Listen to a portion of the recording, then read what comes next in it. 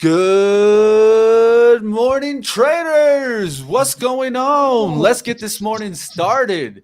I got the two best right here.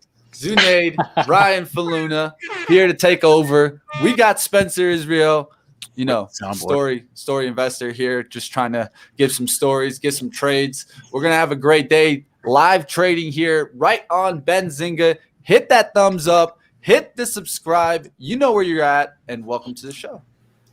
What is up, fellas? How y'all doing this morning? Doing all right. How about you, Zunaid? Thanks for that intro, Mitch. You got me pumped up, my man. Hey, the only way. I mean, we're what, 10 minutes from the bell? Let's get this going. What are the trade ideas? What news do we have to give them, Zunaid? And let us know, guys. What are you guys looking at? Let's everyone share your screens. We'll go around the room with some ideas of what you're watching. We'll start with you, Zunaid. What are you watching this morning? It's going to take me a minute to share my screen, but pretty much I'm keeping an eye again on the Chinese names to see if I want to go short, long. Again, I'm going to pay attention to options activity that comes in. I'm also going to pay attention to OLB. Excuse me, let me go back here. Yeah, OLB. We had some breaking news exclusive to Benzinga Pro members this morning, so I'm paying attention to those.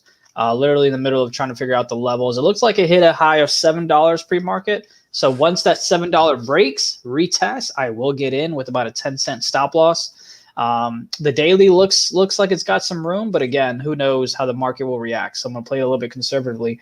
Now I'm going to look to get back in, or I'm going to look to play Tesla, depending on how those levels work out. And I'll look to play Facebook as well because they report earnings. And of course, Apple as well. So Facebook, Apple, OLB. Those are my three that I'm looking at. Okay. All right. Mr. Faloona. All right. Well, OLB and SBEV, just like Zunaid mentioned, whenever we break exclusive stories, I definitely want to watch how those trade throughout the course of the day. Big watch today is going to be Apple. I'm actually long calls going into the print. I don't really foresee a scenario where I take them off prior to this print. This is actually house money that I'm actually using for these. My initial position started off twice the size. I sold some at like about 120%. So I'm riding with house money right into this print. I got a really good feeling about Apple. I think not only do we take out 150, but we destroy 150. Nice. I think 160 prints possible if the report is good. So I'm incredibly bullish. We'll see if that ends up biting me. That's what I'm going to watch throughout the course of the day. Also, I want to watch SMSI. We had yesterday. There was a mention on Power Hour about SMSI. This is something that I've been in for a while.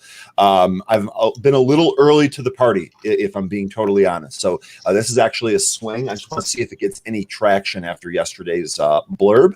And then the other thing that I'm watching three stocks here that I got from my movers. Excuse me, four stocks that I got from my movers here. IG, XELA. This is actually a continuation from recent plays, or excuse me, from recent movement. METX, OGen, and OBSV. So real quick, this is the same strategy that I've had the past couple of days. I'm basically looking for those gappers, trying to find some near-term levels, and I'm going to try to trade these levels if we get them out of the open. Looking at this, I would say probably OGen is going to be my target here. Really low price stock. Be very, very careful here. I'm basically just trying to get a dime out of this. All right. Sorry, real quick. Something else that I'm going to take a look at because I just late in the trade day yesterday, I played Boeing. Played it once for the break of 225. I had a 50-cent stop loss. I got stopped out, but it went ahead and broke it again, and I went back in and I got a dollar move. So even though I went 1 for 1, 1 loss, 1 win, because my win to loss ratio was 2 to 1, I ended up being profitable. So what am I looking at? I'm looking at, again, possibly a retest of 225 on Boeing with the stop loss under 224.50. Profit target again would be 226 to take half my position and then let the rest ride with a break even, of the stop loss at break even. But again, I'll talk about that as if it happens. But something else I'm looking at though is Boeing retesting 225. I dig it. I love when you go for a trade. You miss it, or you lose the first time, but but you're convicted. You come back for round 2, and you're right. So yeah, it works out, and that's why it's important to kind of have those, stop losses and your profit targets at a ratio that's beneficial for you. And that's where it really works out. Because I was wrong. I was too early. I was wrong, whatever you want to call it, the first time. But thankfully, it worked out. All right, and I am watching, as boring as it sounds, I'm literally just I can't take my eyes off these Chinese stocks because every day they're a little bit lower. Though you do see certain points throughout the day, some by the dipping coming in. We saw it yesterday at the open.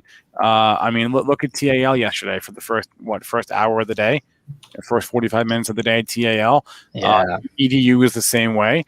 These are, generally speaking, real quick on TAL, Spencer. I don't mean to stop you here, but Zunaid and I are talking about different levels on different trades. Take a look at where TAL stopped yesterday after the market opened. Look at that. Nice call. Traded right up to that closing print. That's nice not call. a coincidence, guys. And whether or not this is a Chinese stock or any other stock, levels like that are going to be important. And what I see here was I see people testing that level. It clearly didn't break, and guess what? Those gains got bled back the rest of the day. We'll see how it materializes today. Good call. You can bet your bottom dollar that spot is going to be important in the future. Great call. So what is that spot? It's 617 there was a double top there, sort of anywhere from we'll call it 609 to 617, anywhere in that range. But and that's basically where the stock closed on Friday, right? More or less. It was again in that range. It was like 607, right? So, that's a great call out, Ryan. Great call out. Opens and closes, they matter. That's someone mentioned Baba in the chat. If you do me a favor, Spencer, pull up Baba, and I'm gonna piggyback off of what. Where was it? Was it Baba? What did we play yesterday? Oh, it was PDD. I'm sorry.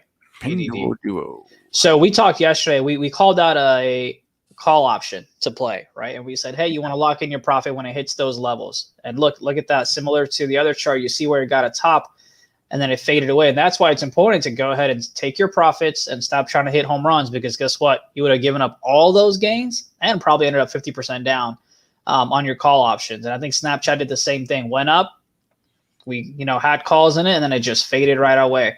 That Spencer pulls it up, so you can see that. So that's why it's very important. If you're in a trade, have a profit target, take your profit. Don't be stubborn. Don't try to get screenshots on social media about 300% gains. What? Hit some singles and doubles. What were you saying, Spence? If I place a trade and a winning trade, an amazing trade, and I don't tell anyone, did I even make the trade? Yeah. It's like the old saying: if you go work out but you don't post a picture, did you even burn the calories? It's a great. These are the questions that we're asking here today. These are the questions I want to know the answers to.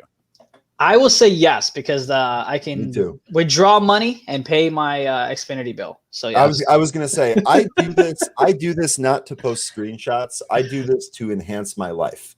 So whether or not I tell anyone about that, insignificant. That trade still happens. Ryan, you have to go outside then. I have to what? You have to go outside. I do. You do? Oh, okay. Yeah. I was on my balcony with my cat last night, man. Come on. Okay. That's what we're considering outside this morning. Well, so I also went for a 3.5 mile walk yesterday. Oh, there you go. That was outside. That counts. Wait, hold on. Did you get like stabs? Did you post a picture or anything? I didn't post a picture. Nope. So I don't. It didn't count. I might be. You guys might be looking at the worst selfie taker in the entire world. There might not be anyone worse at taking a picture of themselves than yours truly. So I'm just going to go out there on a limb and say that. It is what it is. I have to train through and live through my shortcomings, Zunaid. What can I do? I love it. We are a minute and a half away from the open, just so you all know, keeping one eye on the clock. And we'll just kind of UPS also reported. So that's another one that I'm going to take a look at. I don't have any levels or anything like that just yet. Matter of fact, actually, if it breaks 200 and it retests, I will get in at around $200 with a stop loss of probably about $1, and I'll look for a move to about 204. So look for a 3-to-1, 4-to-1 risk reward on that one. So not in the trade. I'll get in a little bit at the break of 200, and if it tests and it holds, I'll fully be in. But that's what I'm looking at now. Good morning. Good morning to the chat. I missed all you guys. Richard, James, Trent, how you folks doing? Hopefully y'all are ready to make some money today. My theater guy is taking this to a whole new level now. What's he talking about? I saved my Voicemail. voicemail from Ryan when he called to talk about my pro membership, and I listened to it for the calming voice. Okay, Ryan, soothing voice apparently. So you guys, you're going to put me on the spot real quick here before the market opens. We're going to tease a new product here. I am going to release a Sounds of Ryan's Voice podcast that you'll be able to replay for that soothing aspect. Wait, what's that called? ASM? ASMR, baby. ASMR. I got 3/4 of it right. All right, ASMR with Ryan Faloona. Okay, 10 seconds. Ryan. We're having some fun here. 10 seconds. Here we go. I'm going to bring up my scanner tool as soon as we open, and we can get some movers and watch for things. There's our bell. Let's do this. Scanner is populated. Let's roll. What do we got? Let's see what's happening. All right. Let's get this going. Just to give an idea on my podcast, I was talking about leisure potential today. DS, you could look at DS, Drive Shack, bouncing off the monthlies. You got SeaWorld's off that support. Planet Fitness making moves. Eli, I like today. Maybe that could continue moving. And then expensive stock booking starting to push back up. So keep your eyes on some leisure. And what do you guys got here at the open? You guys have anything moving right off the bat? I personally don't see anything that I like just yet. We talked about the Apple trade. We talked about the Apple trade yesterday. Obviously didn't break that 150 just yet, but I do believe what Ryan said could be true, that it might do it after it reports. I'm watching RLX. Every day it seems like this one moves at the open, but this thing just sort of ripped higher here on the opening print. Let me get my trading screen ready here. JetBlue moving down. It seems like every day RLX either rips higher or rips lower. Usually it's lower. I'm sorry. Usually it's lower. Last couple of days it's higher. I'm trying to look around and see if anything interesting is going on, but I can't find anything just yet. Let's see. Yeah, everything's kind of fading away. Yeah, and I'm kind of in no man's land here on Ogen. The stock that I was really looking forward to. We seem to be flirting with this 99 level, but we're not really popping above it with gusto. And it really, I'm kind of hesitant to actually take a position here. We'll see. There was definitely a battle around 95 cents, but that really couldn't keep that push up. 99 definitely seems to be some nice resistance. We broke above it briefly, came right back down to that level. Just not sure I'm ready to take a position here. So cleared out one again. We'll see.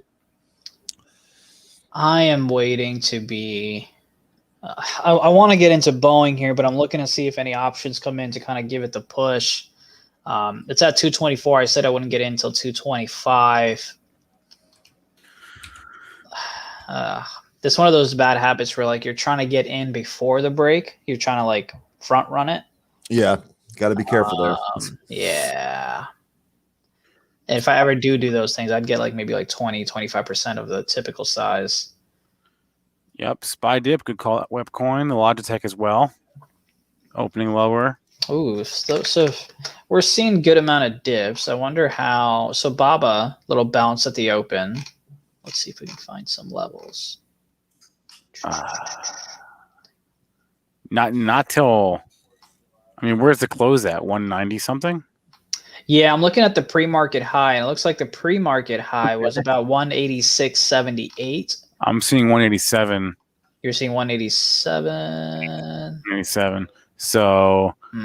Yeah, I'm 30 cents off of what you're seeing, but okay. You know, we get enough of a pull here on Apple. Might be worth it to take intraday call position here. I think that we probably trade back up in the afternoon if we can keep pulling here. Be watching the lows of the day here. It looks like that's the lows of the pre-market today. Looking at a 148 on the head, 148.05 thereabouts. So I'd like to see what happens at that spot. Still kind of waiting on Ogen here. Really hasn't made up its mind yet on what it's going to do. It looks like it wants to go higher, but it just doesn't. Okay, now we just cleared out a huge block here at 1. Let's see if we can actually get some push above 1 here. Looks like 101 clearing out a block. Bid moving up now. do want to mention, in addition to Apple, today is Here's Ogen. Here's your Ogen trade. So this is what we were waiting for to happen. Really kind of a janky trade. Sorry to cut you off here, Spencer. I just want to finish my thought on this, though. This was kind of janky. I would have liked to have seen this be a little bit more crisp coming into 90. Really, the trade was on that break at 95 there. It's going to giving you some more. Break at 95, we had a little bit of a battle around 99. We cleared out 2 huge blocks. Trade is on here. Looks like we went as high as, what, 107? So maybe about a 12-cent trade there in a perfect world. Not easy to do here. This is not an easy one. This was the trade that materialized. Another block gone here at 107. So Ogen would be something to watch today. So I wish I could have given you guys something a little bit easier to trade than that one. That's a little sticky.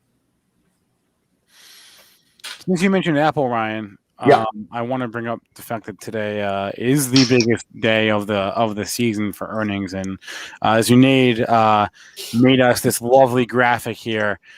So this is where my eyes are, right there. Tuesday afternoon: Apple, Alphabet, Microsoft, AMD, Visa, Starbucks, which I am long,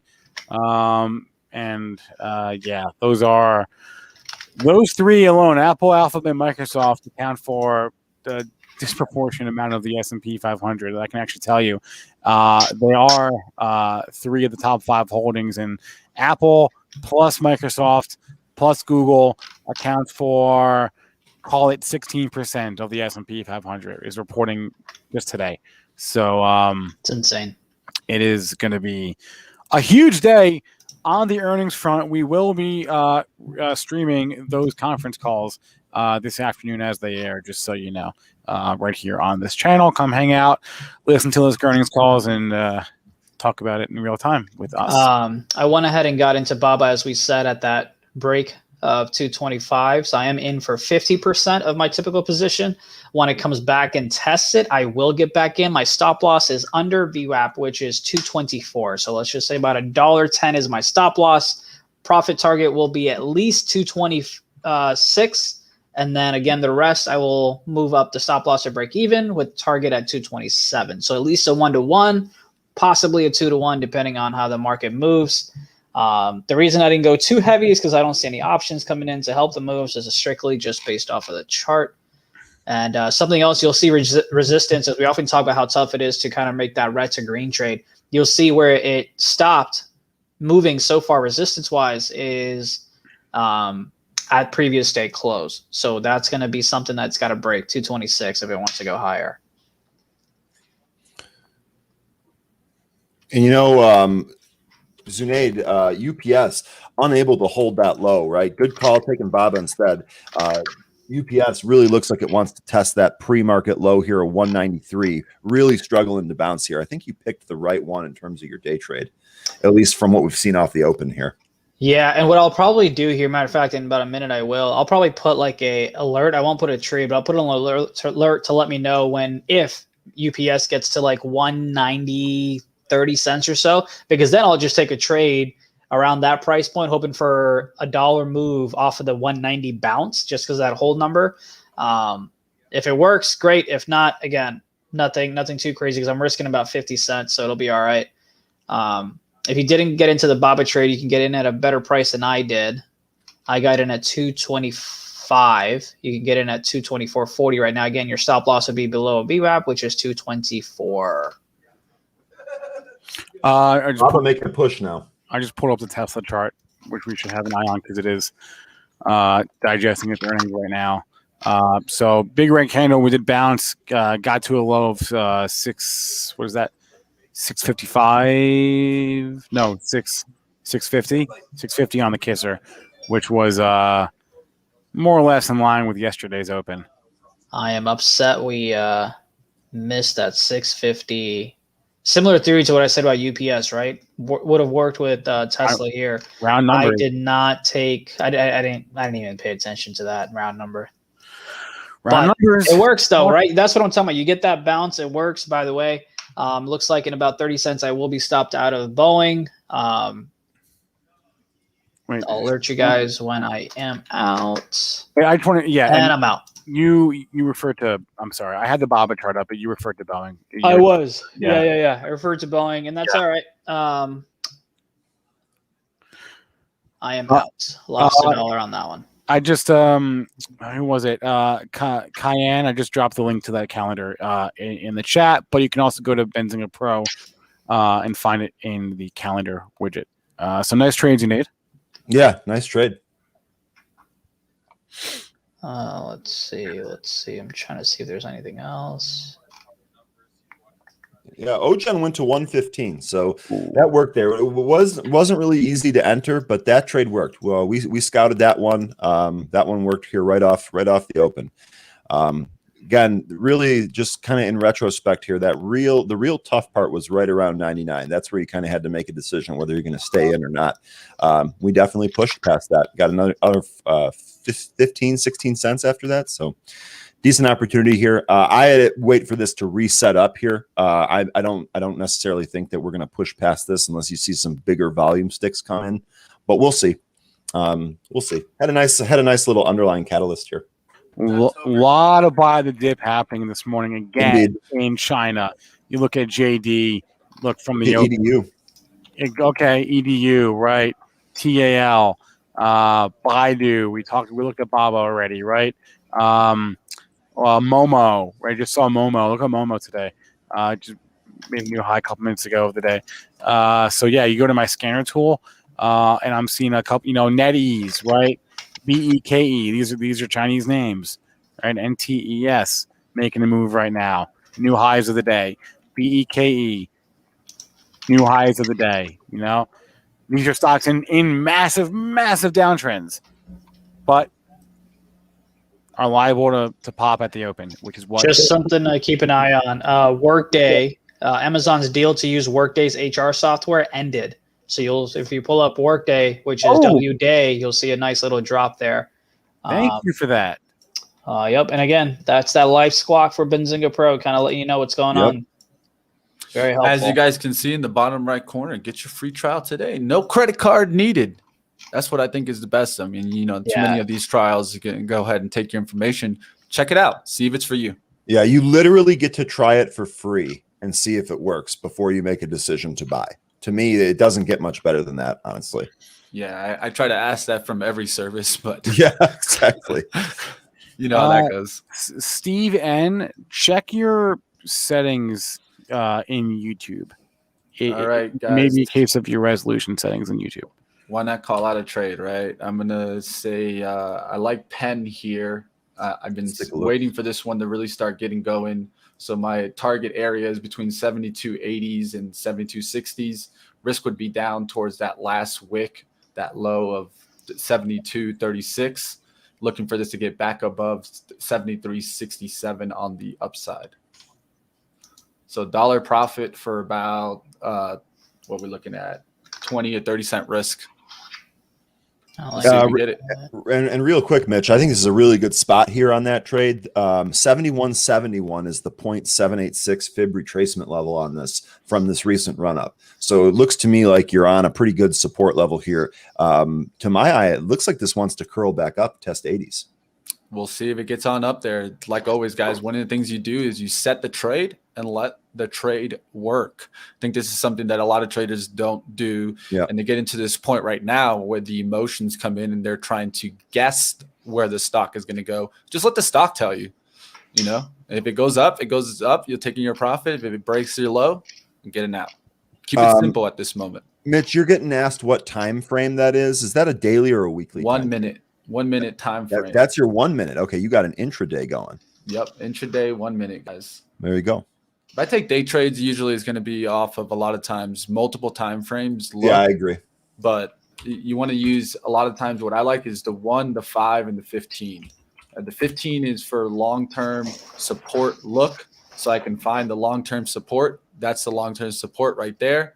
And then I'll go to the 1 minute to get more entry look to see where the lows have been building up and where I can base my risk off of. Yeah, I feel that. It's almost like you're zooming in to get a more clear picture at that point. Paint the picture, right? That's right.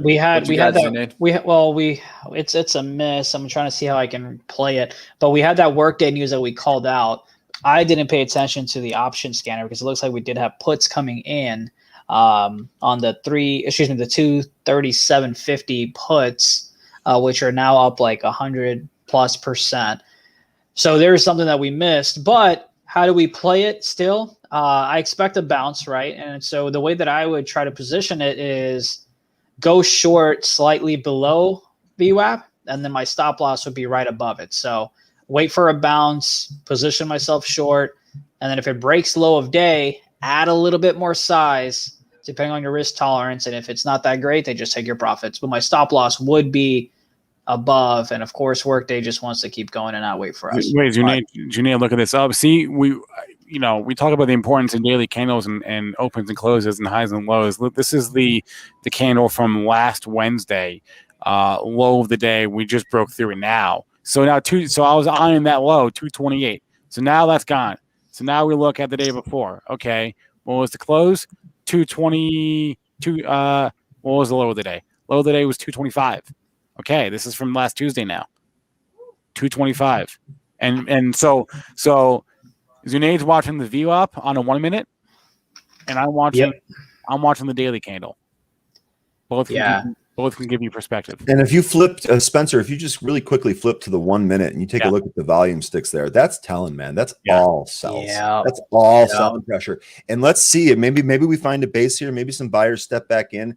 Zunaid, to your point of what's the next trade here, right? Because we missed those puts coming in. We missed this push down to what, 228-ish. Yeah. Next trade here might be a bounce. I like how you called. You'd be looking for this to bounce. I'd be looking for the same type of thing here. I need the volume to confirm that.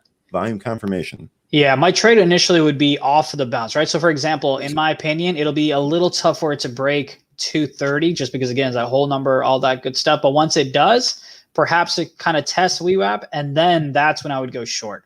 And my stop loss would be right above it. But, again, it's got to break to 230 first, get a little bit of bounce for everyone to cover their shorts, and then I would look to come back in. But let's see if it kind of gets that almost there. Oh, just got smacked right back again. Yeah, rejected almost right at 230, right? Yeah, so and then there's that dollar. So anyway, something to pay attention to, because that if I had caught it, we would have had a nice 100 plus put play in a 2 minutes. But that's why it's important. Spencer and I actually talk about it a lot off camera, how the best way that I like to trade is breaking news that Charlie calls out on the squawk. Then I go to the option scanner to see, hey, is big money betting on the move, more of a move, I guess you can say. And then I like to get in.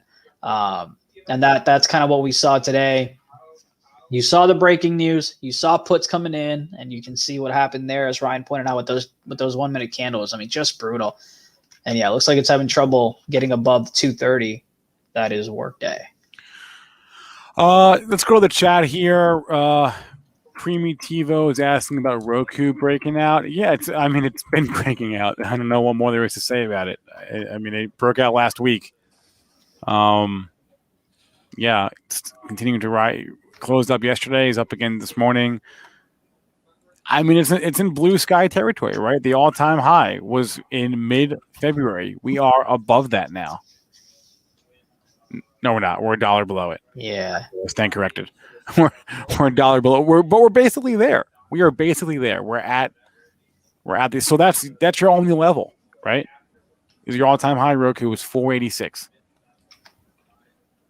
I'm trying to see where else we could even.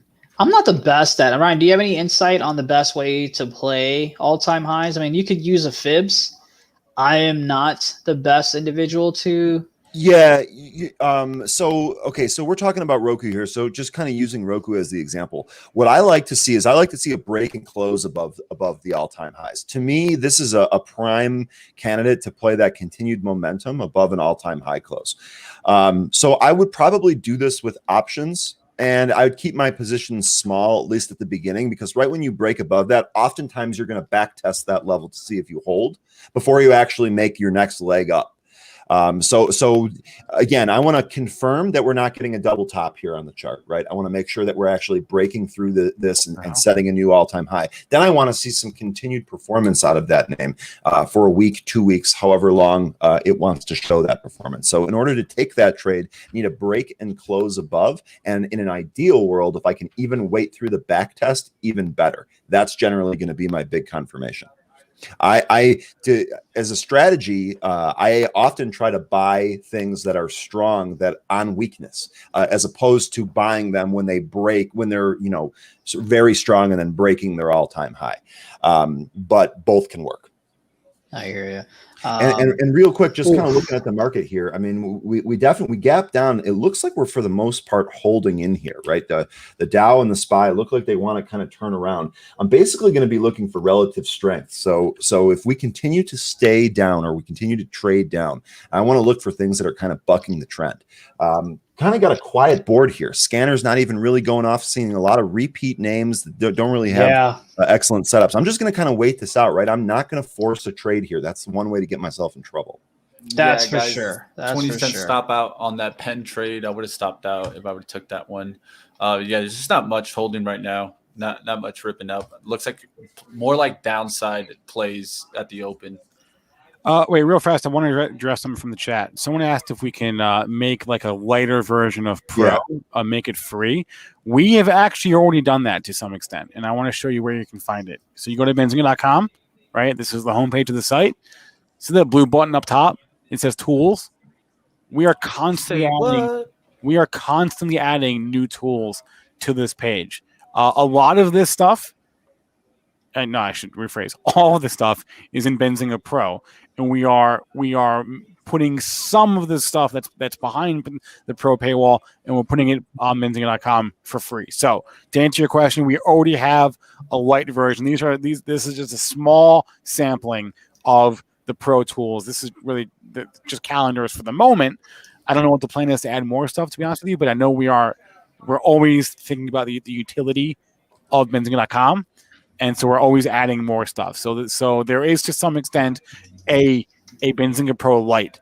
I can help you with that, Spencer. Yeah, go. We are absolutely, and this is just a tease. I don't have a time frame. I'm not making any promises. Take this with a grain of salt. We are absolutely looking into having some type of freemium model, some type of Benzinga Pro Lite, in addition to the tools that Spencer just outlined, where some of the customization will be, removed at the lower level, and then you're going to have access to more and more features and capabilities as you go up the tree, if you will. So we are trying to meet the needs of everyone, no matter the budget and no matter the experience level. This is something that the team works at every single day. So in the interim, I highly recommend you use some of those tools if you don't have Pro, but keep your eyes and ears open, because there is going to be something for you coming down the road here. I want to talk real quick about the exclusive news that we talked about. We broke OLB. Mitch, I don't know if you have the graphic that I sent you. We broke that news at 7 a.m. to Benzinga Pro users, right? And I just want to talk about the benefits of Pro and how, yes, I understand that, it can be not as economical for some individuals. But real quick, we broke OLB news at about 6:50. The stock just hit a high of 730. So even if you had like a stop loss, I was like, hey, a 10 cent, 20 cent stop loss, you just made a 60-cent move and you got in first versus anyone else that's not using Benzinga Pro. And as you can see, that's the exclusive breaking news that we had. And then, Spencer, when we get back to your screen share, if you can pull up the chart, you already had a nice 60, 70-cent move to profit from it. So that's just one way that Benzinga Pro made you money today. And that's outside of unusual options. That's outside of Charlie telling you, hey, Workday just lost its contract, and you can get that whole move that we talked about as well. And so you can see OLB hitting highs of 737 as we speak. So totally understand, but there's really money to be made by using those tools as well. And just wanted to point that out there, because I was looking at my charts and I saw, oh, OLB, would you look at that? That's it. And that was one of two. The other one was SBEV. Yes, I haven't looked at how good of a move that has. If you want, you can here. Let me actually just do it. That one has been maybe a 2-cent mover, nothing too crazy. So that's the exclusive news that we had on that. and we had, what was it? WISA. We broke back to back, and those were 40-50% movers there. So definitely a lot of money to be made. Again, it's just about, what you're kind of working with. And we have, a bunch of deals out. Sign up for the 2-week trial and you'll get a discount code and things like that. So I'll stop rambling. But again, a lot of advantages to make money. And Shelley, yes, we are always working to improve the UI at Benzinga.com. It is, believe it or not, a topic of constant discussion here. Yeah. At Benzinga. So don't worry. There are many people that agree with you. And they're working on that. I'm going back to my scanner tool in Benzinga Pro. Guys, a real quick here, Spencer. Yeah. Got some trouble brewing here in ATVI, Activision Blizzard, ticker ATVI. Looks like we're kind of pounding some of these lows. I know that there was some type of lawsuit or some type of sexual harassment claim or something going on. I don't know all the details, but there's something going on at the company. The chart looks absolutely awful. I am normally not a short guy. I'm going to be honest with you, folks. I think that if we break this kind of support right around 88, I think there's some more downside here for ATVI. So I'm going to kind of watch this today. I'm normally not a short guy, but man, this is looking rough. This is looking rough. 87.5 calls, got some pretty good OI. 260 ask. I mean, really totally manageable here. Just kind of a really rough situation. Really ugly. This chart, you really just kind of caught my eye. We really kind of sold off into that area. Looking real nasty here. Yeah, I think it's overall gaming not looking that great. I mean, if you look at Logi, had a gap down today. You can see that kind of downward action play. So we're getting some more context here in the chat. Keep in mind this is anecdotal, but not to be ignored. CA suing Blizzard for horrible working conditions, and the fans now hate the game. Full disclosure: this person is also on the short side here. So keep that in mind. Which game? There's lots of them. Yeah. Let me see. CA suing Blizzard for horror. So he doesn't specify the actual game. But you know what? Another person in the chat, just to offer the other side of this, says never short Call of Duty. Honestly, that's not a bad call. Man. Yeah. That's not a bad call. I'm just looking at this chart is really concerning. This is not good. Let's see where we're at in terms of our moving averages. So yeah, while he does that, you look at a chart, you look, okay, what's obvious? What jumps out to you in the first 2 seconds? Well, that low right there from May 4th, right? 87.44 was your low, basically your low of this entire range for the year, right? And we're knocking on the door. So again, it's a 2-second eye test. Yeah, and you know what? I actually traded this on that 100 break ahead of the new year because I thought Christmas, Call of Duty, all of that stuff. I thought it was going to be real great. It was a really successful trade, but that story is over now. And it looks like we're dealing with a new set of issues here. So I went ahead and added the moving. We are now below the 200-day moving average. We're really approaching 88 here. This doesn't look good. I think, you know what? I think I'm going to take a starter here. I think I'm going to leg into some calls here. This is just be advised, folks. This is not a day trade, right? So I'm looking at the August 20 calls. It's got 24 days to expiry. Do we break? Yeah, we broke 88. All right, I'm going to actually wait for a pop back here. I don't want to buy the downdraft. Come on. Don't try to don't get cute with us. No, I'm not getting cute, man. I'm trying to manage this. Cute saves you money, though. When I first looked at these options, the ask was 285. Ask is 330 now. So my indecisiveness cost me a little bit there. We are really trading down. I'm sorry. I gotta talk about this again. Can you pull up OLB, please? Let's go ahead. I'm sorry. It's ripping. I'm sorry. I'm sorry. Had a nice 5 minute. If you got 100 shares when we broke the news at 650, it hit almost a high of $8. That's $150. Easily covers your monthly premium. I'm just gonna point that out. Just saying. Sometimes they keep on going, man. And this one is and that's And that's where, like, for example, I'm still in the trade because, I mean, I took 75% off. Don't get me wrong. My stop loss is going to be. You're not insane. Yeah, no. I'm going to go ahead and keep my profits. My stop loss, but to your point, though, my stop loss is below VWAP, which at the moment is 731. So my stop loss is going to be 725. But again, I think when I talked about it first, what was it at 730, 740-ish? And now it's already at 788. We'll pretend like the market listens to what I'm saying, and I'm the one moving it. We'll just pretend. I'm looking, by the way, for a short play on workday. These option spreads are just ridiculous. You can see it's having a tough time breaking that 230 level that we talked about. So if you were to go short, you're looking at about a $2 risk, which is above VWAP. I'm trying to look at option plays for you guys, but the spreads are just so wide that we wouldn't have a good fill on it, and it would just be a little wonky to get out of the trade itself. Yeah, that's generally a time when you actually want to sell, right? It's this similar thing is happening right now in ATVI, right? Those spreads really started to actually spread out. They were about 10, 15 cents. They're 40 cents now in some of these contracts, even 50 cents almost. So when that happens, that's when these things start moving around. That's kind of why I wanted to take easy for me to say, why I wanted to wait here. But we're really having trouble even staying above 87 at this point. Really kind of crazy to watch here. So, all right, guys, we're getting towards that 10 o'clock hour. This is when I usually start seeing trend reversals.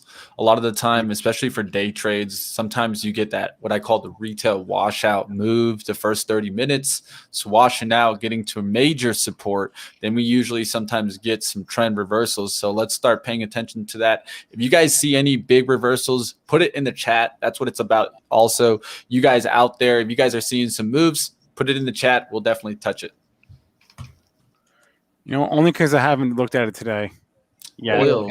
How's AMC doing? Because I have not looked at it today. Yeah, it's getting down. I was watching, to tell you the truth, Spencer, I was watching CNK to see if AMC's momentum could push that one up. You know, CNK, Cinemark. Yeah. I've been wondering if that one could get a lift, but as you can tell today, it's kind of moving with AMC, just coming down also. The daily chart wasn't that bad. But okay, we got some reversals. They're calling out the SPY. Let's go. Boom, let's do it. Market. Let's see. Let's take a look here. Let's put Spencer up. Yes. Oh, thank you. Gotcha. Yes, SPY, TTD, JT Antonopoulos. Did I get your name right? Yes. Trade Desk. SKYT has been your big loser of the day so far. No reversal there yet. The Russell? Oh, it's the Russell. Oh, it's trying. Gosh, this Russell chart is brutal. It's just brutal. It really is a chop fest. It really is. Yeah, Tesla getting hit hard as of late. I think the semi news really affected it. I know that some people weren't focusing on that, but I still think that's a major driver for them. I mean, I think you're not wrong, right? Like the numbers were good. Even you get someone like Gordon Johnson, who's been a huge Tesla bear, acknowledging the numbers were good. But looking forward, it's all about what we have to look forward to. And if you can't even get the Cybertruck off the ground or into production, I guess, then what do we have to look forward to, right? So big facts, Spencer. Big facts. Exactly. So, the pricing that in a little bit this morning. I think what continues to drive Tesla, in my eyes, is innovation. The Cybertruck, the story, the semi. That's what continues moving the stock, because eventually there is going to be competition in the EV game. So what can continue them moving is them moving into different areas like semi trucks and trucks, and then kicking ass, right? And taking names. That's right. Yep. So they need to innovate and kind of go to different areas. We asked the chat for reversal candidates. Moxie, yeah, very strong bearish reversal at 10 o'clock. Absolutely right. Jesus Christ, workday does not want to break 230. Oh my. Meanwhile, ATVI can't even find a bottom here. Yo. This was a good spot. 87.5 puts. Those were the right ones here. Ask 390 now. So we're up from the 310 entry here. We're up 80 cents already. So let's see where this goes here. This is again 24 days to expiry. This can either be a day trade or a swing trade. Be very, very careful about how you set this up. In this case, definitely have a profit target. To me, when I trade options, normally my profit target is going to be 100%. It doesn't matter what it is. If those options go up 100%, I'm taking half off. I'm letting the rest ride. It's free that way. With this one, a little bit kind of a quicker spot, seem to have a little bit of momentum behind it. Could even consider taking the entire trade off at a 50% gain here.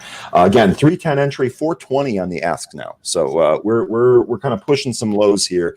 We'll see how low this can go.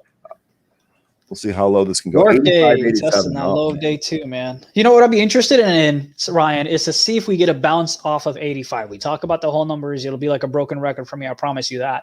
I'm interested to see if it, one, tests 85, and two, we get at least a 50 cents to $1 bounce off of that or not. I don't know if we'll get that while we're on the show for the next 20 minutes or so, but I'm interested to see if it bounces off of that or not. Look, yeah. So Zunaid, I'm sorry, Spence, real quick. Zunaid, I'm completely in agreement with you. You will hear me talk about the round numbers and the phenomenon around round numbers day in and day out. So I'm with you there. I think an 85 test here is probably on point. It's not like we're making a huge call here. We're really only 75 cents away from that. The low print here is 85.80. Continued downward pressure here. Look, new lows, 85.40. I think 85 is definitely going to be tested. I'll be honest with you. Up $1.20, $1.35 now on the contracts, up nearly 50% on these contracts. Hasn't even really been all that long. We get an 85 print here. It's going to be a close.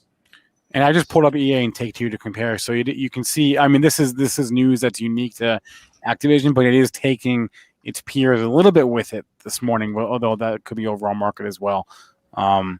Oh God, we were. Yeah, so it had a bounce.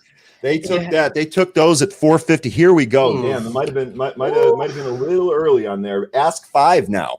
Out at 450 on the contracts. Ask 5 now. Here we go. Great, unbelievable, unbelievable. You saw how much pressure it needed though to break that 85. Look at the volume bar on that 1 minute. Okay. It's nuts, man. I mean, it's nuts. 600,000 to break that 85 level. Zunaid, that's the round number phenomenon. We literally talked about it 5 seconds before it happened. As soon as we took that out, that volume bar just shot up. There were tons of people watching that same level. Great spot there. Great spot there. Wow. Okay, well. Wow. I'm over here looking at Workday like, hey man, you wanna break 225? Even though I'm not in the trade because everything is so spread. But so it didn't want to break that 230 level, though. The whole number works both ways, right, Spencer? It works on the way of a bounce, and it works on the way of resistance as well. Saw it with Apple at 150. You saw it with Workday at 230. So you both pointed to the round number. I actually went right past that, and I was on a daily, and then I was like, screw that. Let's go to a weekly. And I saw a weekly low of 84.08. So I sort of went past the whole number. Okay. And looked at the weekly low from December at 84.08. We're obviously not there. You guys were more on the ball with the whole number theory. Spencer, on that flush, low print 84.24. Yeah, I was just about to say. So you were 16 cents, bro. That's a good call. I'm sorry, man. That's a better call than we had for sure. And that's why it's important to look left. That's important. Sorry, go ahead. So one's a psychological level. You guys are talking whole dollars, and then Spencer's pulling out the technician support, which is that weekly low. You put those together. Bada bing, bada boom. Cha-ching. So that psychological level is a lot of times used, like Zunaid's talking about, traded through. Some people will trade it through to the momentum, and some people are actually trying to take profits off of those whole dollar price points also. So it's both sides, like you said, on the bull or the bear side. ATVI. Look out below. Look out below, man. This might be. This might be. We might have piked this, guys. We might have piked this. I'm confused. Is there news today? I don't even know. There was something out yesterday, like Ryan was talking about. Yeah, it was a lot of stuff about a lawsuit, Spence. Yeah. And sometimes that stuff really kind of takes a while to breathe through the system. Here comes 13 with a huge spot on ATVI, saying ATVI to 75. By the way, guys, if you haven't seen 13 chart stuff, you've missed out. 13's calling a test of this level right here. Okay, so still 10 points of downside from where we're at here. Logic's starting to crack. What a monster. 75. Anyway, so yeah, that's the weird thing about those types of headlines as it pertains to the stock is there's no real rubric. It's sort of like Ryan said, it can take a while to work through the system and work through the market. And there's really no way to tell if the market's going to shrug a headline like that off or if it's not. And today it's very much not, which must mean that this lawsuit has some serious legs. Mm-hmm. Indeed. And by the way, in the newsfeed here, you're seeing that there was some 86 call sweeps bought up near the ask. That's someone trying to play a bounce play. Yesterday, we had put sweeps. Friday, this week's put sweeps. Friday put sweeps, they paid 27 cents. Let's see where those are at. I'm curious. I'm curious on those. Let's see. 88 puts. What is that? Okay, that's the Friday 88 put. They bought 1,000 contracts at 27 cents. Those have an ask of 370 right now. Damn. I shouldn't be laughing, but here and now we're going to see some more options coming in. All right, some more put sweeps near the bid, puts at the bid. So yeah, this is one to watch. 13, good spot here, my man. Good spot here. If you were short work day, you're approaching 225 again. That round number, I would go ahead and take your profits here, most if not all. But we talked about shorting it around that 330 with the stop loss above VWAP. If you did that, you risked maybe I think $1.50, let's just say $2, and you just got a $5 move pretty much. So hope someone took it. We try to give you guys option plays. Unfortunately, it was too spready. But if somebody did short commons, you are looking pretty. Freddie P says, I like this show. Thank you, Freddie P. I like smash the like. P. I like you, Freddie P. Smash the like, fellas and ladies. We got 100? I don't actually. One thing, we're getting up there. 574 people watching. Everybody, hit that share button. Let everybody know we're trading live right now. Well, we get any more than 600. I might have to start buttoning up and shaving and looking clean like Ryan does with his shaven face. I might have to come out professional. Yeah. No. Shave. Whoa. Yeah. Beard game, bro. Beard game, bro. Come on. And Zunaid, full disclosure. I made cleanup, not all of it. If I shave all of it, y'all end up going from a 30-year-old to a 15-year-old. Yeah, we don't need baby face, Zunaid. Full disclosure, I shave on Monday and then it grows out all week. So by Friday, I'm starting to get that Grizzly Adams going. When you make a good trade, it just comes back. You just see that 5 o'clok shadow. That kind of thing, right? Pretty much. If my facial hair growth was tied to my trading, I don't know what to make of that, man. I'm having trouble processing all of that right now, frankly. So how did our we got some earnings Ryan coming has out the today, right? AMD. Wait. AMD at the end of the day, Apple, those things are looking like they're coming down. Maybe, I don't know, maybe at the end of the day we get a turnaround, but AMD's gone straight down. We are mostly red across the board today. There are pockets of green, but here's AMD. It's a 1 minute chart, but we are mostly red. If you look at the overall market here, you go to your movers tool, your scanner, and get a feel for things. But we are mostly red today. Like I said, pockets of green, healthcare tech, medical devices. I think Netflix. Netflix is in the green today. Netflix is flat, which means it's up. If you're flat, you're up because the SPY is down.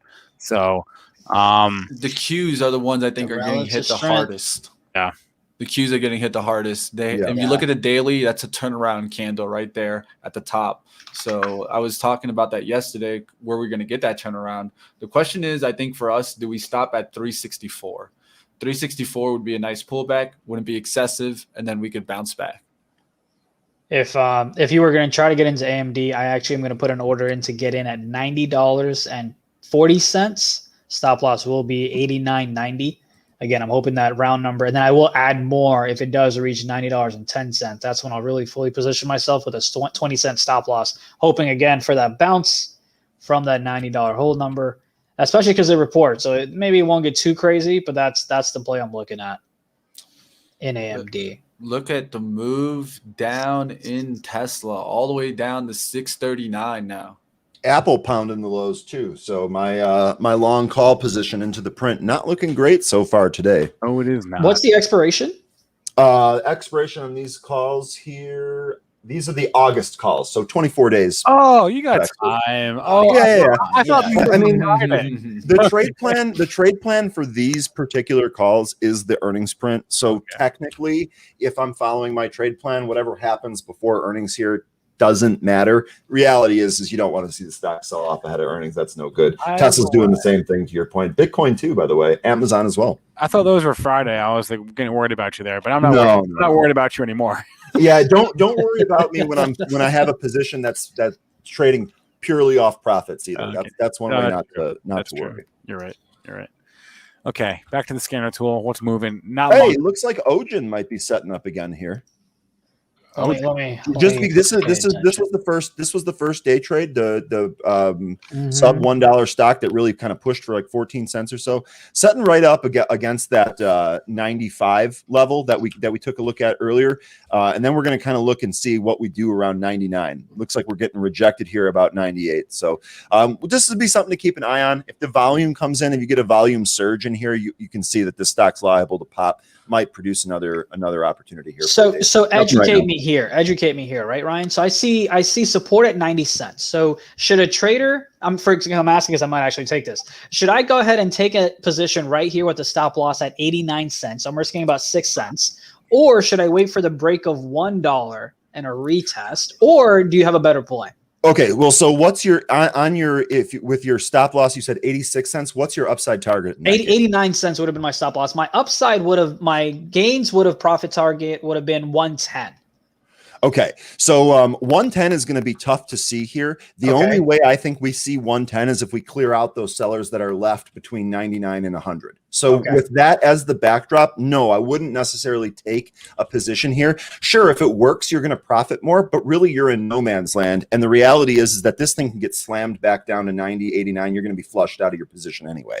So what I would do for the confirmation, this is the reason why I trade stuff like this, is because even though I'm only looking for 10, 12 cents, I'm trying to make it as low risk as possible so that if I do stop out, I'm only stopping out on a penny or maybe 2 pennies.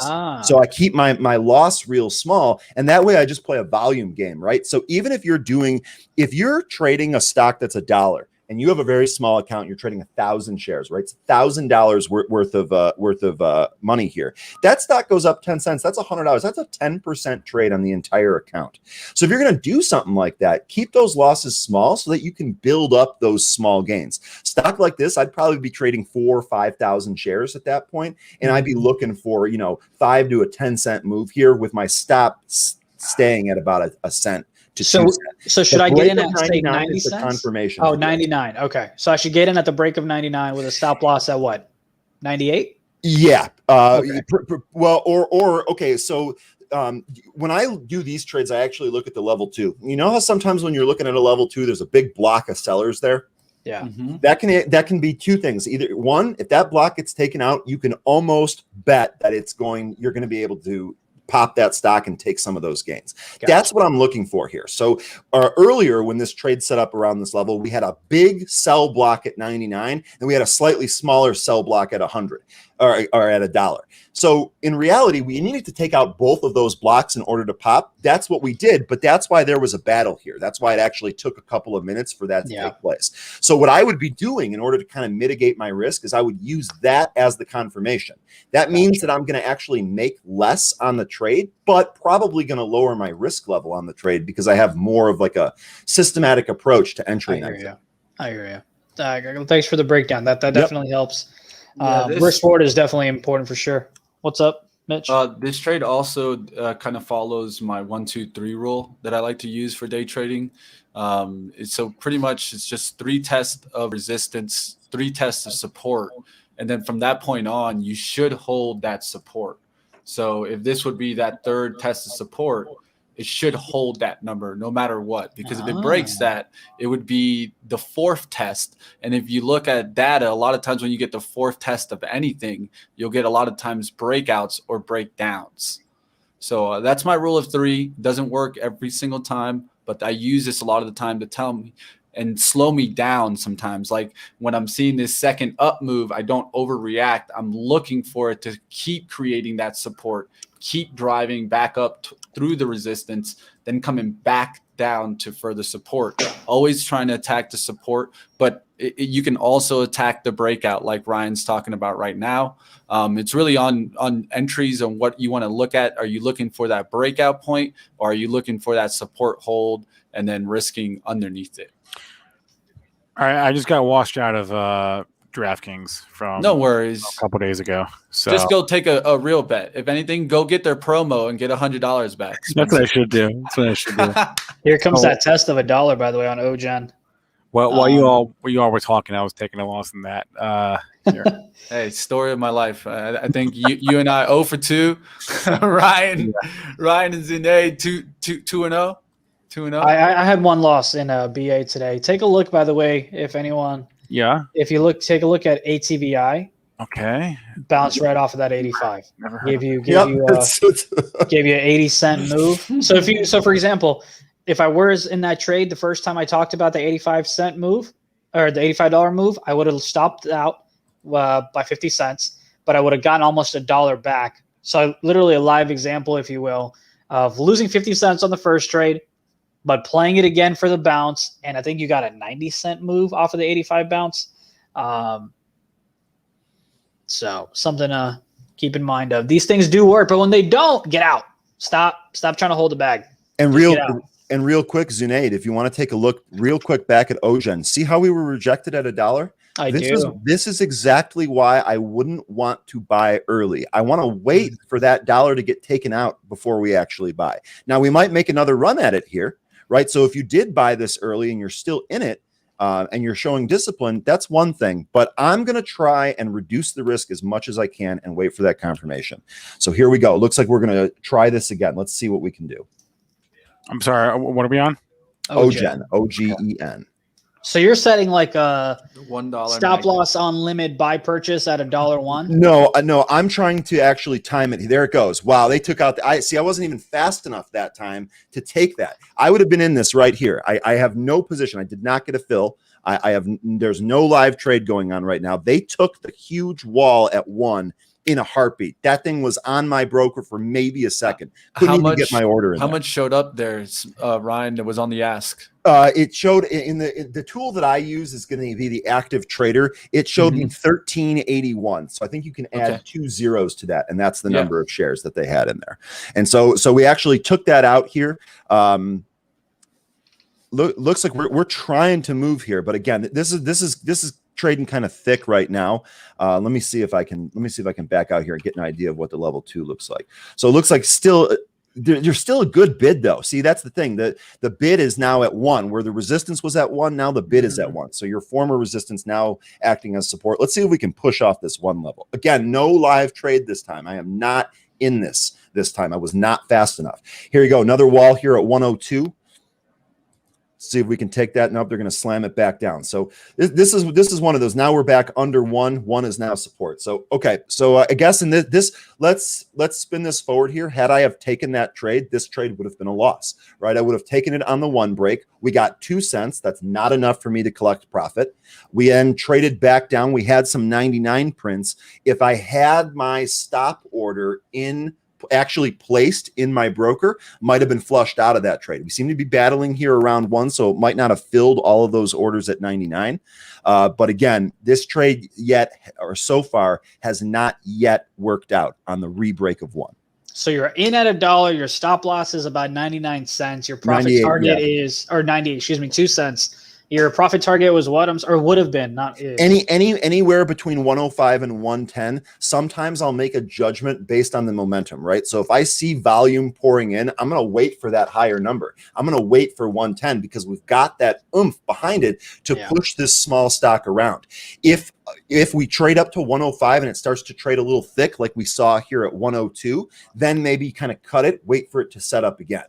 Again, the entire process of doing trades like this is trying as a primary goal to mitigate your risk and keep the potential losses as small as possible, because then you can start hitting singles, right? Even again, in our example of having $1,000 trade on, even if you make $100, you do that 3 or 4 times, you're up nearly 50% on your account in however long it took you to make those trades. So this would have done. Now that we're at 98 here, I can say that had I have entered on that one, had I have been fast enough to get in there, I would have been taking a small loss here.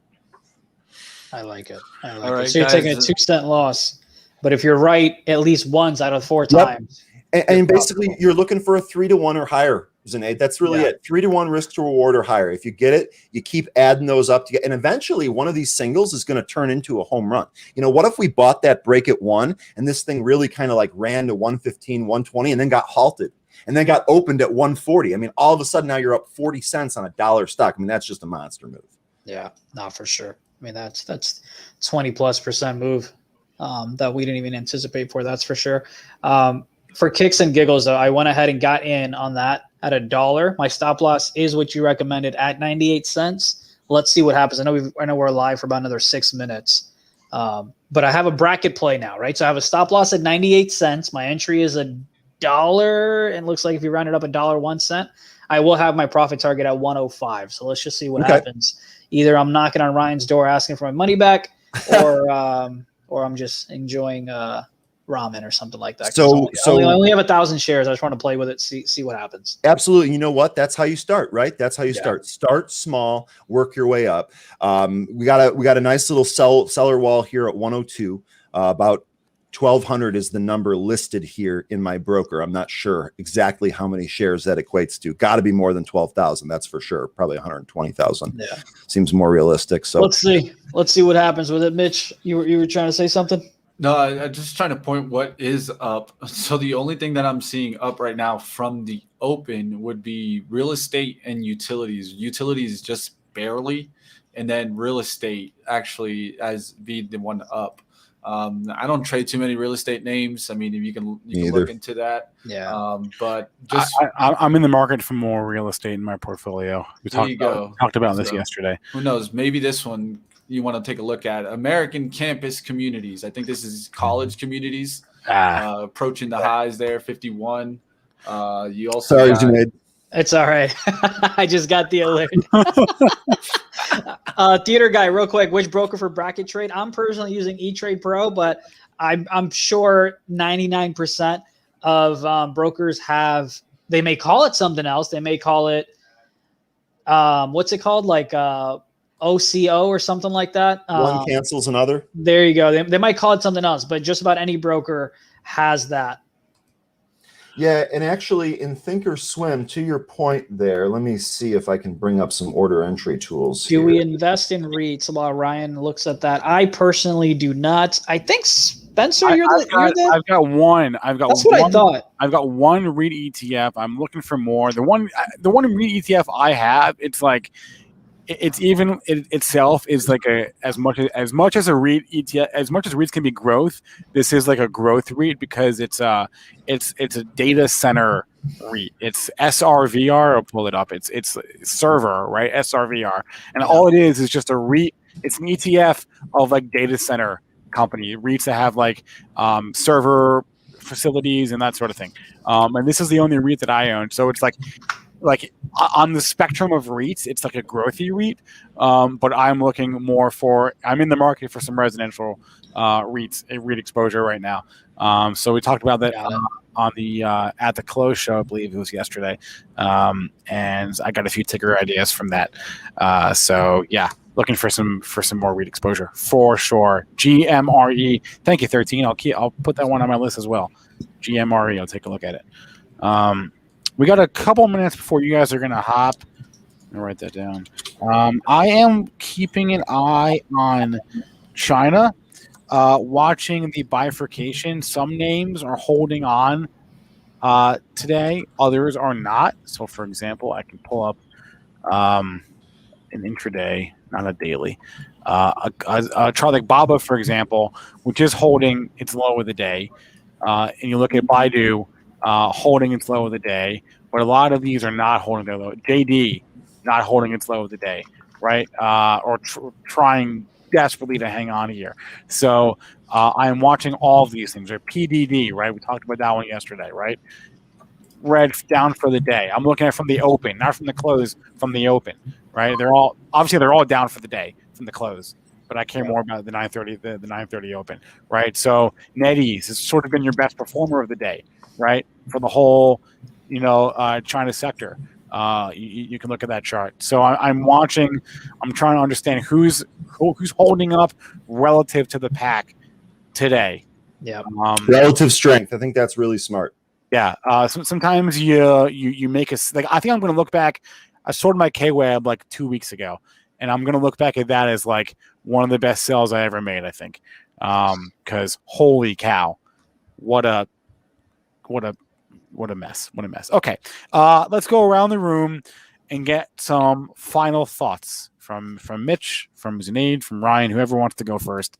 Have at it. Final thoughts on this market for the day. All right. Well, I would just say, just be careful with the growth names. I have been seeing them take a downturn recently. If you look at ARKK, for instance, today, really hard down day. When we thought these were just coming back, we've had a really hard turn back down south. You can look at Zoom. One of the stocks that did lift this stock up was DocU. So that's kind of my sign to let you know, like, hey, that one breaks 300 today. It could be looking on the pullback side for growth. So that's the name that I would look at to see if it ends today under 300, because that could be like that whole dollar price point that it just kind of got up above, then knocks it back down, and then it takes a while to get back up there to that 300. Yeah. I'll go ahead and just get my 2 quick thoughts. Workday, you saw you had a $2 stop loss. Look at the chart where it is now. If whenever you guys get time, it's 222. Pay attention to that. Why is it important to then on the other side honor your stop loss? I had a stop loss on Ogen at 98 cents. I got out. I took a 2-penny loss. If I didn't, I'm now sitting at 93 cents. It would have been a 7-cent loss, much, much higher. Risk to reward, master it. 3-to-1 is what Ryan said. I love it. That's what I go for typically. So risk to reward, that's how you become a profitable trader. And last thought for me here, while we were doing that, I actually took another stab at a day trade here, ticker SINT. And to Zunaid's point, I was playing for the 2 break, bought it at 2, couldn't really push above it, sold it at 197. Thing is printing 185. So to your point about your first stop is your best stop. Not every trade is going to work. We had today, our group had a handful of winners and a handful of losers. Really, the key here is, did you stay profitable? Did you focus on your plan? Did you protect your own capital? Looking forward here, I mean, what else are we looking forward to? This is, as Spencer said at the top of the show, this is the biggest week for earnings. I'm still long Apple going into the print. I like a lot of these names. I want to see how they report, and most importantly, I want to listen to the conference call. So I'm going to be looking at that stuff today. Where are you going to listen to those conference calls? Oh, I'm glad you asked that question, Ryan, because we are going to be live streaming all of these conference calls tonight. I think they're at. I don't remember who was when, but we got a call at 4:30. We got a call at 5. We got a call at 6:30. So all of those calls will be streamed right here on Benzinga's YouTube page and Twitter and Twitch. And come hang out and listen in and talk with us while we digest these calls together. Ryan, Faloona, Zunaid Suleman, thank you both so much. No problem. Will we see you tomorrow? You will see me tomorrow. I'm going to keep coming back until you kick me out, Spencer. And you remember what happened with that chair incident the last time I came. So again, this is going to be up to you. I'm going to be ready to do this again tomorrow. All right. Thanks a lot, guys. See you later, fellas. All right. Money Mitch will be hopping off as well because he's got to go prepare for SPAC's attack. I know today they're talking to one of the manager of one of the SPAC ETFs. I believe they're looking at let me just confirm. I don't want to get the wrong one. SPAX. They're talking to. Where's the chart? The chart. The pre-merger SPAC ETF will be the guest on today's SPAC Stack Show. It'll be at 11 o'clock Eastern time, so about a half hour from now. That will be followed by the Zinger Nation Power Hour show. Jason Raznick, producer AB. Neil Hamilton will be doing his thing on Get technical today at 1 o'clock. Definitely our strangest show that we have. Biotech Buzz. Normally we do crypto show on Tuesdays and Thursdays at 2. No crypto show today. So Biotech Buzz is going to be at 2 o'clock, followed by First Trade at 2:30. The At the Close show, I'll probably hop on at 3 o'clock and hang out with you all, and then I'll get Joel on at 3:30. Money Mitch at 4 o'clock. The Cannabis Insider Show at 4:30. After Hours with Ryan Rose Biani at 5. We're doing a new show with Chris Yule. He'll be on at 6, followed by Trading Nomadic at 7. And that's the day. It's a big day for Benzinga. Always a big day in terms of shows. All right, I've got my Pro Scanner open. I'm going to turn my Squawk on now. And if you have your Squawk on your own and you're listening to Squawk, maybe turn it off.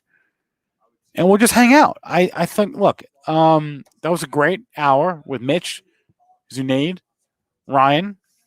If you want to do that with us. If you want to hang out, and you think, hey, I can talk to you my trades live as I do it for the first hour of the day. Beyond Meat, BYND, seeing some call activity.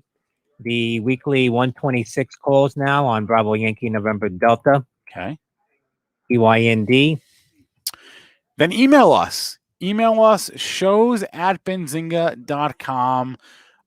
Put live trading, in somewhere in the subject line so we know what you're talking about.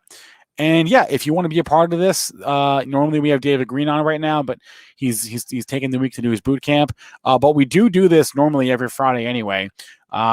Thinking about doing it every Thursday as well. And so email us if you want to be a part. If you thought this was fun and you want to hang out, and maybe not all the time, if you want to do it once and see what you think, have maybe we do a guest of the day, a listener of the day type of thing. Let us know. Shows@benzinga.com. This is a brand new thing. We just started doing it. I will keep bringing back Zunaid and Ryan. Yes, and we are going to figure out a way to do this, I think, every day. I hope every day. Zunaid and Ryan have other things that they do throughout the day, so we're trying to figure out a way where we can do this every day with them. But I love the feedback. Seems like it's mostly good, which is great. You love to see it. Hey, you know what stock I looked at? I haven't looked at for a couple of days this morning. Is Space. You guys watching this? Look at the Space chart. It's trying desperately to hold. Desperately. A series of lows, right? What's that? 28.63, 28.86, 29, 28. So in this $28 handle, trying to hold support for Space. When was the launch? Was it that green candle? Was it the 8th? I think it was the 8th, right? Or that was the day before the launch, right? Trying to remember now. That was the day after, I think, the 12th. Anyway. So email us, shows@benzinga.com for feedback, questions, comments, or concerns. Yield 10 Bioscience, YTEN. Okay. Company granted U.S. patent transcriptional regulation for improved plant productivity. That's Yankee Tango Echo November, YTEN. We're moving. Well, we're moving on that. Big volume bar. Big volume bar. On YTEN.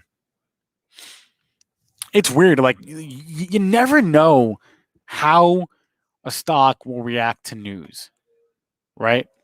I mean, we had two examples today of stocks reacting very negatively to news, right? News that we don't normally see, right? Activision, I guess they shut down production on World of Warcraft to deal with this lawsuit. Workday, lost the contract with Amazon. But it's just you never know until you know, which is sort of what makes trading off news fun, but extremely difficult.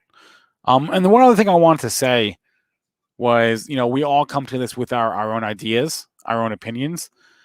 And something I think about a lot is, the idea of like being early or being wrong. Sometimes I feel like I'm the only person that has a particular idea, and if that's the case, if you're the only person that like if you think, if you're coming in this morning and you think, I don't know, Baba is a buy, you're buying the dip on Baba here. I mean, the thing about the market is you need other people to agree with you, right? Because by definition, if you're the only person that thinks one thing, then everyone else thinks the other. So you gotta have it's only a good idea if everybody else can agree with your idea. Because if they don't agree, then you're wrong. Even if you think you may end up being right, if the market doesn't agree with you, if other people can't agree with you, then it's not going to go your way. I think about that a lot. That concept of having an idea and being right versus being early versus being wrong, and how to know when you're just early or when you're just outright wrong, right? The market's a voting machine. Isn't that what Buffett said? In the short term, it's a voting machine. NBY, Nova Bay Pharma share is getting another pop to the highs. November Bravo Yankee. Wow. Okay. Keeping an eye on my scanner tool. Again, this is what I use throughout the day. See what's up, what's down. Yeah, I saw the headline, two headlines. I guess it was the same headline, more or less, about the CDC recommending people go back to wearing masks. We talked about this on pre-market prep this morning. And that's the thing, right? Is like, this goes back to what I was just saying, is even if you really do think that we're going to go back to a national mask mandate and everyone's going to be wearing masks everywhere, even if whether or not you agree is irrelevant. Let's say you just think it's going to happen. Okay. Do you really think that there's going to be that Tip rush? ranks out with a report too strong by penny stocks that could go boom, ALNA and SELB. Shares of Alina Pharmaceuticals spiking to the high of 84 cents. Alpha Lima November Alpha. SELB Selecta Biosciences now at 345, up 1.7%. San Diego Lima Bravo. So even if we do go back to everybody wearing masks all the time, do you think that there's going to be this rush to the stores to buy masks again, like there was last year? Or do you think that people already have masks that they never used the first time around, or they just have their reusable, washable masks, right? Like I'm inclined to believe the latter, maybe because that's my own personal situation, because I have, like 100 masks that I never use, and I'm not going to because I have other ones. So if we do go back to a mask situation, I just can't see like Lake and APT, right? They've both rallied in recent days. I just can't see them really, and that's just my take. I just can't see them really rallying off this because the situation is not the same, right?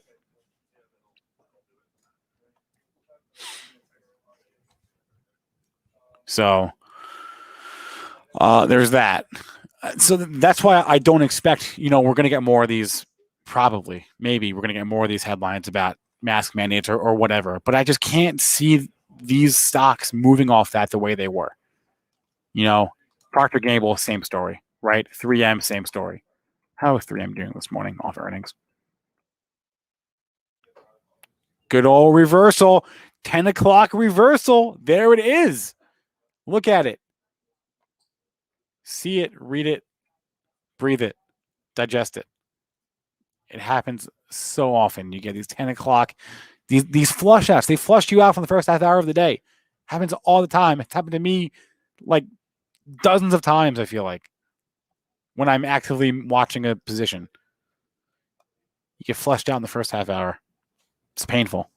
And then you're like, oh, you just want to, punch your computer but it happens. Yeah. Thank you, 13. Is demand really going to outweigh the supply of masks that are already out there? I can't see it.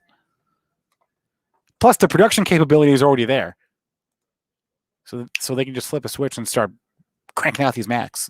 It's not like last year, where the market was ahead of the production of these masks. So, I just can't see it. Anyway, what else y'all watching? Okay, saw a couple people mention the banks. Someone just mentioned Bank of America. Oh, green for the day. Are all banks green? Yeah, JP Morgan looking strong. Goldman red but green from the open. Morgan. Yep. How about everyone's favorite, Wells Fargo? Oh, wow. Banks looking strong. TLT must be. Yeah. Oh, actually, it's higher than I would have thought. 149. All right. Gosh, the banks were just every time they sell off on earnings, regardless, right? Just so quiet here. The whole sector is so quiet. Let's just compare. Get the XLF. You get the shoot. What's the KRE? I always want to call it KBE. KRE is your regional banking ETF. We'll zoom in.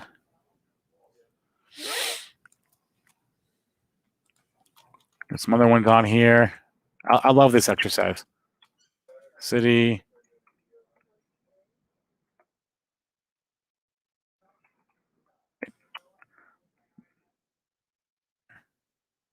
Morgan, Citi, Goldman, Wells Fargo. Oh, we already have that. BAC.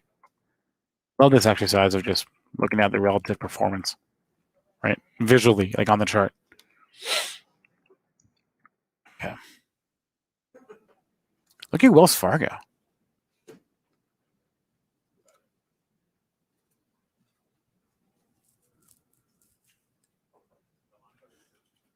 Interesting how the one that was so beaten down for so long has actually outperformed this year. Look, it's your worst performer going back years, right? Now we have a case of your lagger turning into a leader. Funny how that happens, right?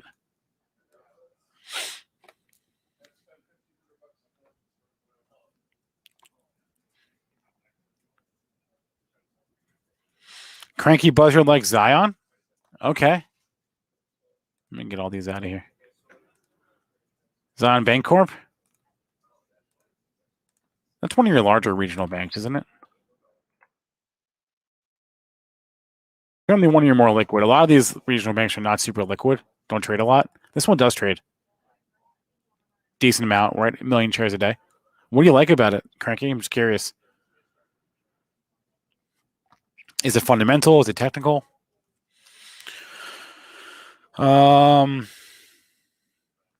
Harris, look at docs. Yeah. When did we talked about this one yesterday, right? Wow. Look at that reversal.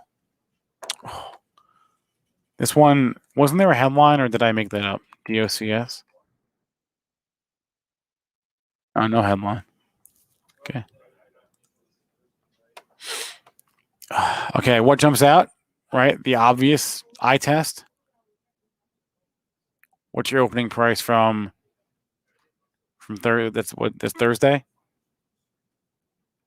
Right, 56. We'll call it 57 actually. Faraday Futures, the September 12 and a half call sweep now shares off the lows, $11.84. Foxtrot, India Echo. Damn, all these new symbols. I can't keep the SPAC symbols straight once they convert. Speaking of SPACs. OBSV, Opsiva popping to the intraday high. Oscar Bravo Sandy Victor. Opsiva company earlier announced a license agreement to develop and commercialize OBE 022 as a treatment for preterm labor. Speaking of SPACs, this Lucid is going to end up being like my prediction is going to end up being the most Oscar Bravo Sandy Victor, the most boring stock in the world, right? It's just trade the range for months now. And honestly, I can see the same thing happening with AMC too, to some extent. Is you get, it got tight for a while and then it broke through, but I can see it just getting tight again. And Lucid, it's just so tight, right? And then you get, every time it gets to the top of the range, the bears are, oh yeah, it's going to break out. And it doesn't again, right? This thing is so boring.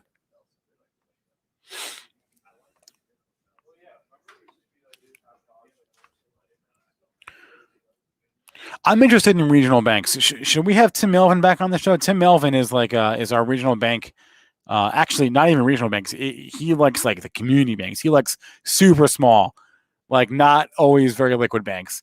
I should reach out to Tim, get him on the show. Tim always knows the most like obscure bank stocks, right? That trade on the OTC markets or whatever. He loves the more obscure bank stocks, the better. If you want to, here I'll show you. I'll show you where to find him.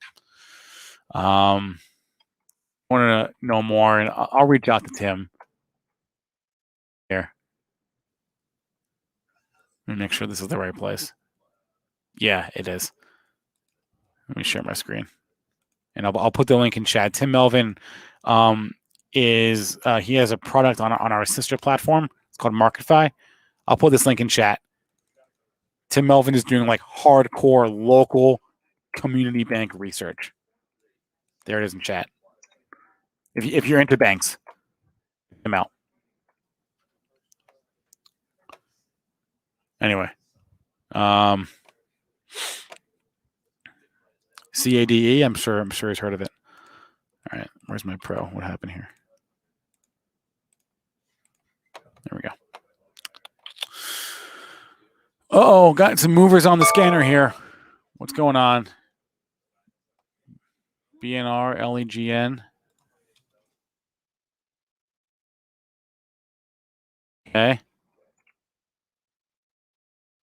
I love this scanner. Guys, this is my favorite tool in Pro, I think, right now. Is you go to the scanner, you go to presets, and you go 5-minute movers. I love it. Makes it so easy to spot movers. You don't even have to do any work. It's right there.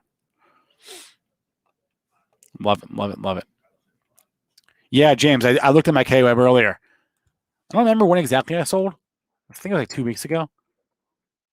But yeah, that's the kind of thing where you look back and you're like, whew, you dodged a bullet on that one, right?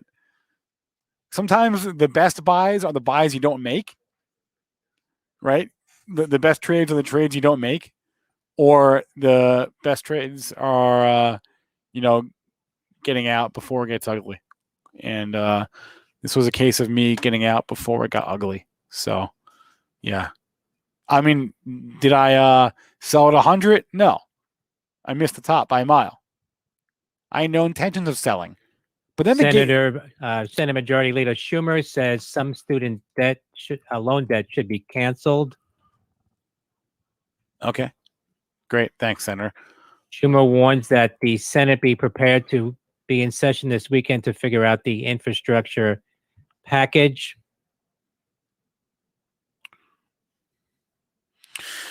Yeah, the game changed though, right? My thesis didn't change this entire time until right around there.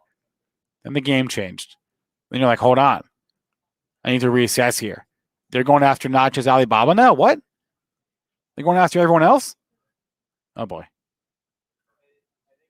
So it's a fine line to walk. That line being, how do you know when to ignore the noise and just stick with your thesis, versus how do you know when some piece of truly new information is out there that fundamentally changes your thesis, your idea. It's a hard thing to know. It really is, right? A lot of people tell you just ignore the noise, get away, unplug, turn the TV off, get off Twitter. It's all noise. Stick with your plan. Yeah, that works a lot of the times, but every so often you get a K-Web, right? Or any other of these stocks, Baba, whatever, JD, Baidu, name one, right? A piece of fundamentally new information came out. If you ignored that, you have a higher tolerance for pain than I do. Put it that way. I can't say you're wrong because we won't know. There's no way to know now if you're wrong, right? If you hold long enough, odds are you're probably right. But I'm not willing to wait 20 years or whatever. In the case of Microsoft, it took 15 years to get your money back, right? So can't say you're wrong, but you got a higher tolerance for pain than I do. Put it that way. Yeah, EVs are the same story, right? Lee, Neo, Xpeng. Jerry Watkins, ARK's been selling their Chinese holdings every single day for at least the last week. They're out of Tencent. They've been running for the exits in those things.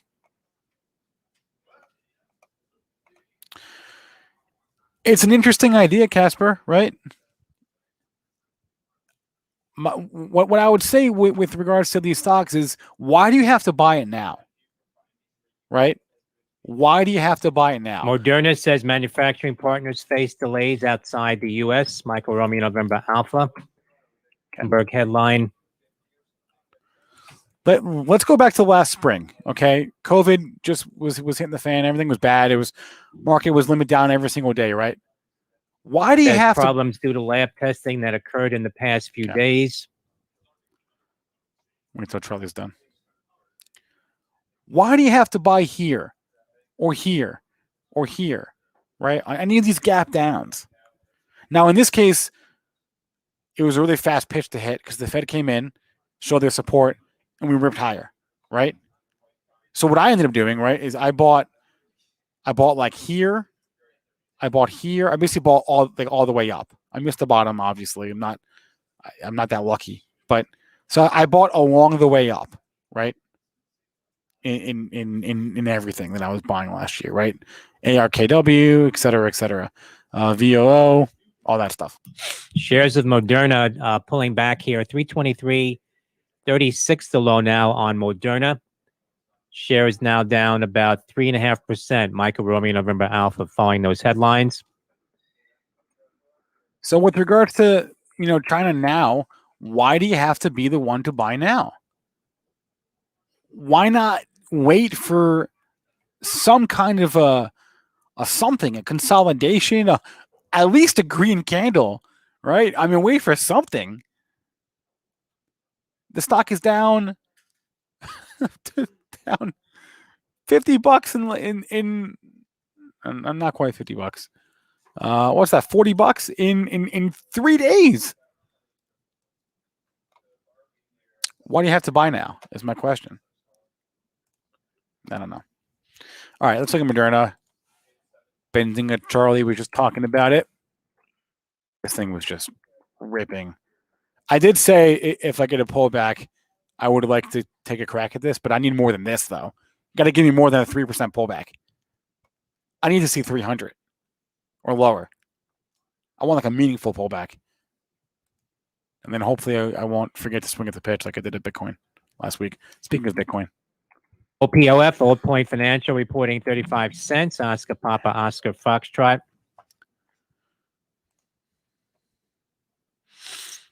Okay, Michael, I got you. I see you, man. ATER. Okay, full disclosure. Not familiar with it. I do not know this one. When I don't know a stock, I go to details. I scroll down. Technology enabled. That's BS. Consumer products company. Okay, that's more like it. Dehumidifiers, electronics, kitchenware, appliances. Got it. Okay. Household goods. Back to the chart. No, actually, before we do that, just get some idea of the company. Okay. Not profitable. Super small. What do we say the market cap was again? A small. Okay. 334 million. All right. Okay. Price to sales is actually not crazy. Anyway, to the chart we go. Okay. Wow. Where you in from is what I want to know. Who asked about this? Michael? where you went from. I mean, just steadily making new lows, right? Was this a... No, this wasn't a SPAC. Why did it make this crazy move, though? Was that just because everything was topping in February? Like, if you have to think about it like this, like if this makes no sense up here at 50 or whatever, 40, then this also maybe doesn't make like that much sense. I'm saying it's probably a little bit oversold. You've gone from 47 to 9, right? It's probably a little oversold. Where do we start the year at? We were already in the midst of that rally, though. I don't know. This is a really tough one. See, this is the kind of chart that, like, I sympathize, right? People that complain that the S&P being in all-time highs does nothing for them because they're in a stock like this. They're right. Like, it does you no good for me to say, what are you crying about? We're at all-time highs. That does you no good when someone's stuck in this thing, right? I don't know is the real answer here. They report earnings in a couple weeks here. Let's go back to this, and get some data. Small float, 27 million shares, easy to push around, right? I mean, what's the story here? Like sell me on a story. I don't really know. The consumer is flush with cash, and there are supply chain shortages everywhere. So theoretically, their costs are going up, and they're passing those costs down to the consumer. Should be higher revenue. But if the stock can't rally, measured against like Whirlpool, right? Obviously, a much bigger fish. But I'm not sure what there is to like about this. Oh, you only bought it yesterday? All right. Makes me feel a little better. I mean, do you have a level to lean on? Do you have a stop loss in mind? I don't know where you find that right now. $9? I don't know. It's a tough one. All right, it's 11 o'clock. I got to hop off here. All right, SPACs Attack is going live right now. Let me turn off the squawk before I forget. Okay. SPACs Attack going live right now. They're talking to manager is not the right term, but one of the people who runs the SPAX pre-SPAC ETF. All right. So do me a solid. Drop me a like. I'd appreciate that. Thanks for hanging out with me. Thanks to Mitch. Thanks to Ryan. Thanks to Zunaid. And SPACs Attack live right now. This stream will end and it'll redirect straight to that. So you shouldn't have to do anything on that front. And see you guys a little bit later. Stay green and stay filled.